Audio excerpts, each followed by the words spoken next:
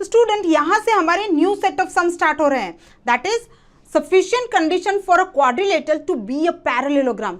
Means यहाँ पे हम क्या देखने वाले हैं, पैरेललोग्राम के जितने भी थियरम्स हमने देख लिए उसके कॉन्वर्स थियरम्स हम देखने वाले हैं। समझ में आ रही है मेरी बात? इट मीन्स हमने आगे जो थियरम्स देखे थे उसमें हमें पैरेललोग्राम गिवन था और उससे रिलेटेड हम कुछ फाइंड आउट करते थे या फिर कुछ प्रूव करते थे। अब यहाँ पे हम जो थियरम्स देखने वाले हैं उसमें हमें क्वाड्रिलेटरल गिवन होगा और कुछ कंडीशंस दी गई होगी और हम उसे पैरेललोग्राम प्रूव करेंगे। समझ में आई मेरी बात? तो उसी से रिलेटेड एक थियरम देख लेते हैं। क्या है वो थियरम? थियरम का स्टेटमेंट है a quadrilateral is a parallelogram if its opposite sides are equal.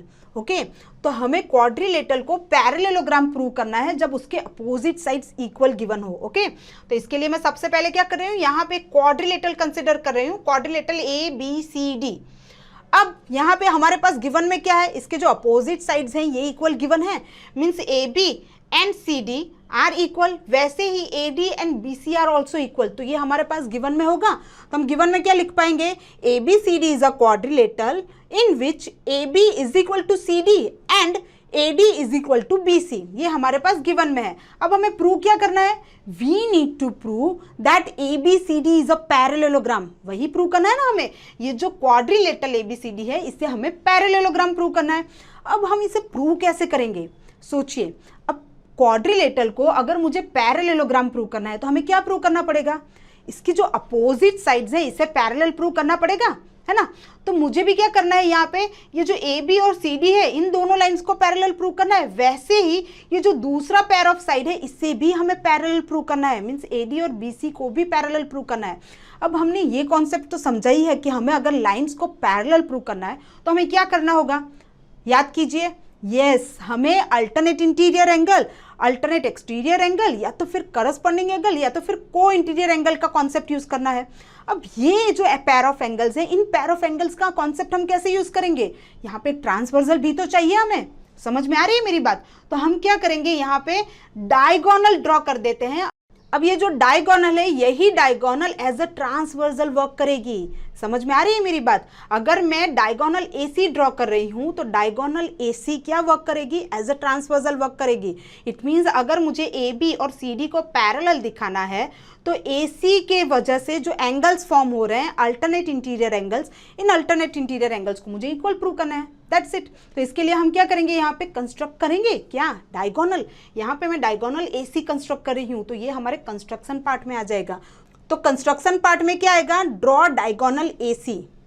अब हमें जो प्रूव करना है उस पर ध्यान दीजिएगा। हमें क्या प्रूव करना है, ABCD is a parallelogram. It means ये जो साइड अपोजिट साइड्स है AB एंड DC, इन दोनों को पैरेलल प्रूव करना है। वैसे ही एक और पेयर ऑफ अपोजिट साइड्स है that is AD and BC, इन दोनों को भी पैरेलल प्रूव करना है।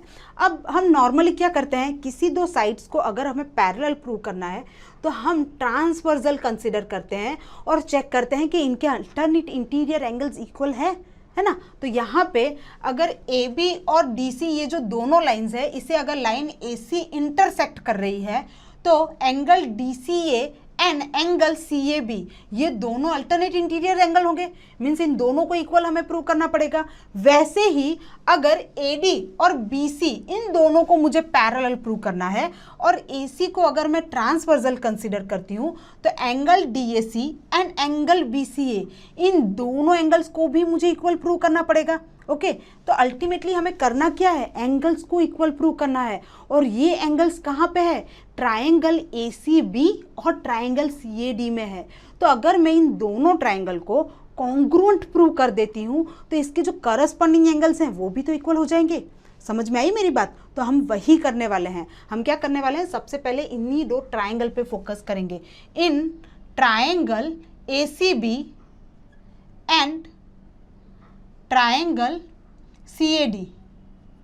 अब क्या क्या इक्वल है यहाँ पे, तो देखिए ये जो साइड AC है ये कॉमन है दोनों ट्रायंगल्स में, तो हम लिख सकते हैं AC is equal to CA। Reason क्या होगा, because of common side. Okay, अब हमारे पास इक्वल क्या है, तो यहाँ पे हमारे पास गिवन में क्या है, अपोजिट साइड्स भी तो इक्वल है, मीन्स AD एंड BC भी इक्वल गिवन है। तो हम क्या लिख सकते हैं, AD is equal to BC। Reason क्या हो जाएगा, बिकॉज इट इज गिवन, वैसे ही एक और पेयर ऑफ अपोजिट साइड्स भी है जो इक्वल गिवन है, A B and D C. Here we can write A B is equal to D C, ये भी हमें गिवन है। ओके, तो हमने यहाँ पे कौन सा क्राइटेरिया सेटिस्फाइड किया, एस एस एस, तीनों साइड्स को सेटिस्फाइड किया हमने, तो हम क्या कह सकते हैं, so triangle A C B is congruent to triangle C A D. Okay, अब हमने दोनों ट्राइंगल्स को कॉन्ग्रुएंट प्रूव कर दिया है, तो इसके जो करस्पॉन्डिंग एंगल्स हैं वो भी तो इक्वल होंगे।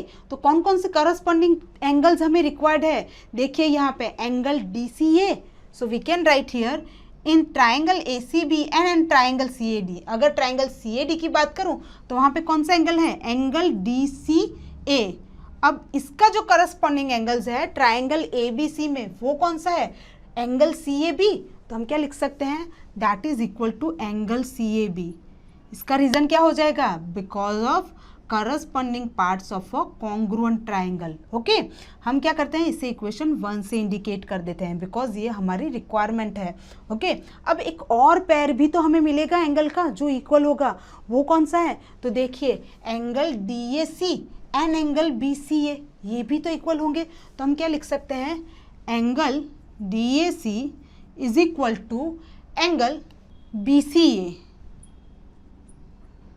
इसे हम इक्वेशन 2 से इंडिकेट कर देते हैं। ओके, तो ये दोनों ट्राइंगल्स अगर कॉन्ग्रुएंट है तो इनके जो करस्पॉन्डिंग पार्ट्स है वो भी हमें इक्वल मिले। ओके, मीन्स हमने एंगल्स को इक्वल दिखा दिया। अब इन्हीं दो एंगल्स को हम यूज करेंगे to prove A B is parallel to D C and A D is parallel to B C. Okay, तो अब अगर हम फिगर में देखें तो यहाँ पे ए सी इंटरसेक्ट कर रही है ए बी और डी सी को, पॉइंट ए और पॉइंट सी पे।